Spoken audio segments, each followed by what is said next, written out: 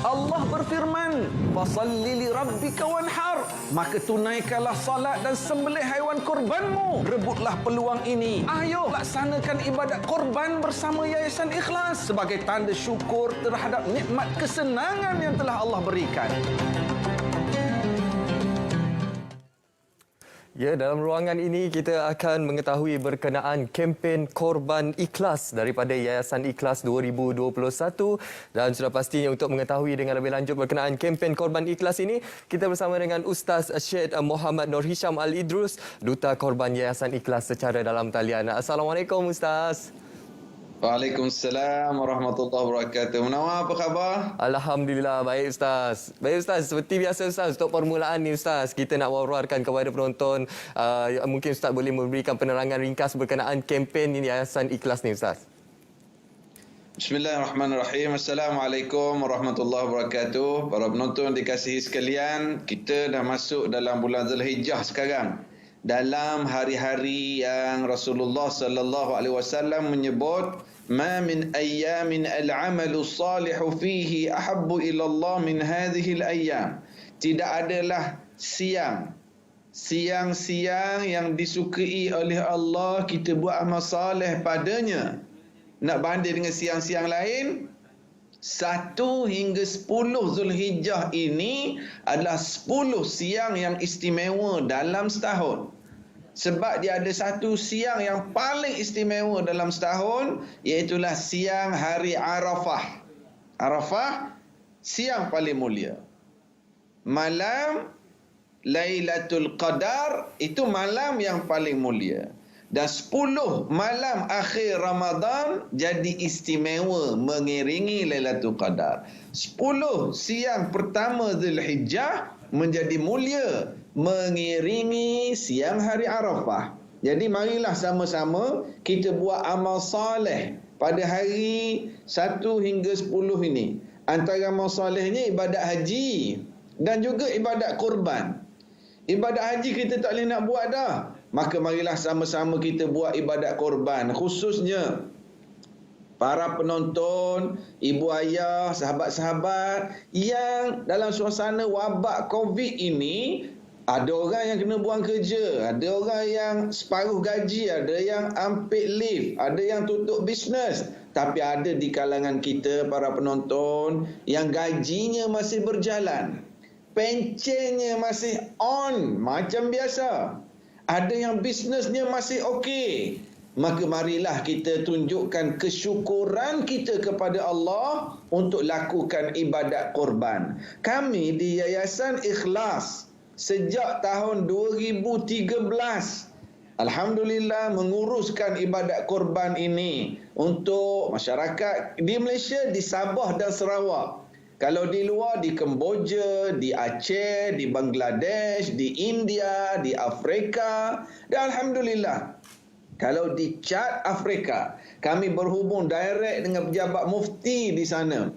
Kalau di negeri-negeri seperti Bangladesh, India, Kemboja, Aceh, dah sejak 2013, alhamdulillah ada NGO tempatan yang kami berpengalaman berurusan dengan mereka. Kalau biasanya tiap-tiap tahun wakil Yayasan Ikhlas akan pergi ke negara-negara ni. Cuma tahun lepas dan tahun ni kita tak dapat nak pergi masalah pandemik COVID ini. Tetapi kita mempunyai wakil-wakil yang dah lama kita berurusan di sana, alhamdulillah. Saya nak ajak para penonton, marilah kita sahut, kita mengingati pengorbanan Nabi Ibrahim alaihissalam. Sayang pada anaknya Ismail, tapi sayang pada Allah mengatasi. Dia sanggup sahut perintah Allah, sembelih anaknya. Kita hari ini sayang pada duit yang kita ada, tapi kita sayang pada Allah lebih lagi. Lalu kita libatkan diri dengan ibadat korban. Jangan lupa Allah Ta'ala janji, la in syakartum la azidannakum. Kalau kamu bersyukur, aku pasti akan tambah lagi rezeki kamu. Bayangkan anak-anak, keluarga di Kemboja, di Bangladesh, di India, di Aceh, di Afrika. Dia orang yang tunggu raya Aidil Adha. Sebab apa tunggu sangat? Nak rasa makan daging. Allahu Akbar. Tiba-tiba sampai kepada mereka daging yang kita buat ibadat korban. Bayangkan mereka berdoa pada Allah. Mereka mendoakan kita. Allah pasti mendengarnya. Mari ambil gambar dulu dekat skrin. Ibu-ibu, ayah-ayah, ambil gambar dulu dekat skrin. Ada nombor telefon, ada laman web kami. Saya dapat makluman terkini tentang penyertaan. Alhamdulillah, Alhamdulillah. Moga-moga Allah Ta'ala terima segala amalan kita. Penyertaannya memberangsangkan. Cuma ada 2 lokasi yang masih lagi kita tak capai target. Iaitulah di Bangladesh dan di India. Tempat orang Islam ramai ni. Tempat yang sangat terkesan dengan COVID sekarang. Mari kita tolong mereka. Dan kalau dari segi tempat, di Bangladesh, di India, kalau di Afrika ni pun, Alhamdulillah. Tetapi kalau dalam bentuk haiwan pula, lembu, kambing, unta. Dalam bab lembu, Alhamdulillah nampaknya sambutan memberangsangkan. Cuma penyertaan korban kambing ini ada, tetapi masih belum capai target kita. Sebab kita ada kena pasti keluarga-keluarga penerima-penerima daging yang kita nak agihkan. Jadi kita ada target-target kita. Jadi saya nak ajak sangat masyarakat untuk sama-sama kita menyumbang lagi. Pergi ke laman web www.korbanikhlas. Di situ ada detail negara mana, berapa harga, haiwan korban apa, itu kita boleh pilih. Bayangkan Allah Ta'ala, Rasulullah sallallahu alaihi wasallam menyatakan titisan darah yang jatuh ke bumi itu menghapuskan dosa-dosa kita. Boleh ambil gambar dekat skrin sekarang Ibu-ibu, ayah-ayah, ambil gambar. Kalau tak tahu cara nak transfer, tunjuk ke anak-anak, bagi tahu mak nak korban unta tahun ni. Unta hanya di Afrika, di Chad sahaja. Sekarang ni penyertaan unta ada 66 bahagian. Jadi kita perlu tambahan lagi supaya masyarakat di sana yang sangat jarang dapat makan daging unta ni, Allahu Akbar, mereka raya dapat daging unta. Unta ni hanya di Chad, Afrika, dan juga begitu juga dengan kambing, lembu. Jadi para penonton yang dikasihi sekalian, kita berada dalam 10 awal Zulhijjah ini, rebutlah peluang untuk buat amal soleh yang kata Rasulullah sallallahu alaihi wasallam sangat disukai oleh Allah. Bila Rasulullah cakap begitu, sahabat datang tanya, "Wahai Rasulullah, Allah suka? Macam mana kalau nak banding dengan orang pergi berjihad?" Rasulullah kata, lebih lagi daripada orang pergi berjihad.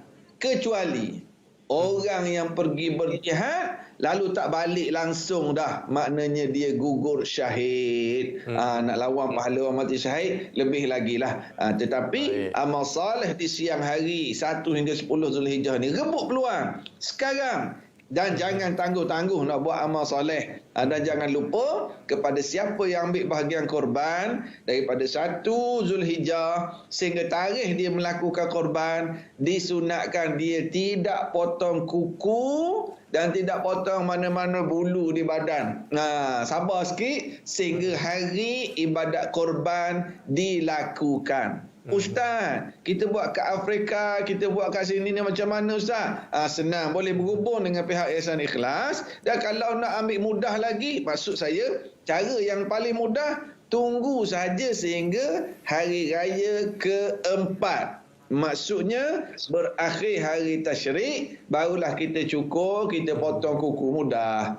Ini sebagai kata Imam An-Nawawi, kita nak ada feeling. Sebagaimana feeling orang dalam ihram menunaikan haji, mereka tak potong kuku dan bulu. Kita di tanah air ini yang ambil bahagian ibadat korban, kita juga buat sunnah ini. Para penonton dikasihi sekalian, dah ambil gambar ke belum? Laman web. Dan juga kalau nak telefon pun boleh. 010 30 30 530. Nombor Rasulullah telefon yang mudah sallallahu alaihi diingati. wasallam beritahu setiap ulu haiwan korban Baik. insya-Allah akan datang pada hari akhirat nanti pahala buat kita yang melakukan. Baik. Jom jangan kita tangguh-tangguh lagi. Baik, terima kasih kita ucapkan kepada Ustaz Syed Muhammad Nur Hisham Ali Drus, Duta Korban Yayasan Ikhlas atas perkongsian untuk kita mengenali ataupun mengetahui dengan lebih lanjut berkenaan kempen Korban Ikhlas daripada Yayasan Ikhlas. Jadi untuk anda mengetahui dengan lebih lanjut juga boleh terus saja ke laman sesawang www.korbanikhlas.com untuk anda mendapatkan pakej-pakej yang ditawarkan di bawah Yayasan Ikhlas. Baik penonton, kita akan berehat seketika, kita akan kembali selepas ini.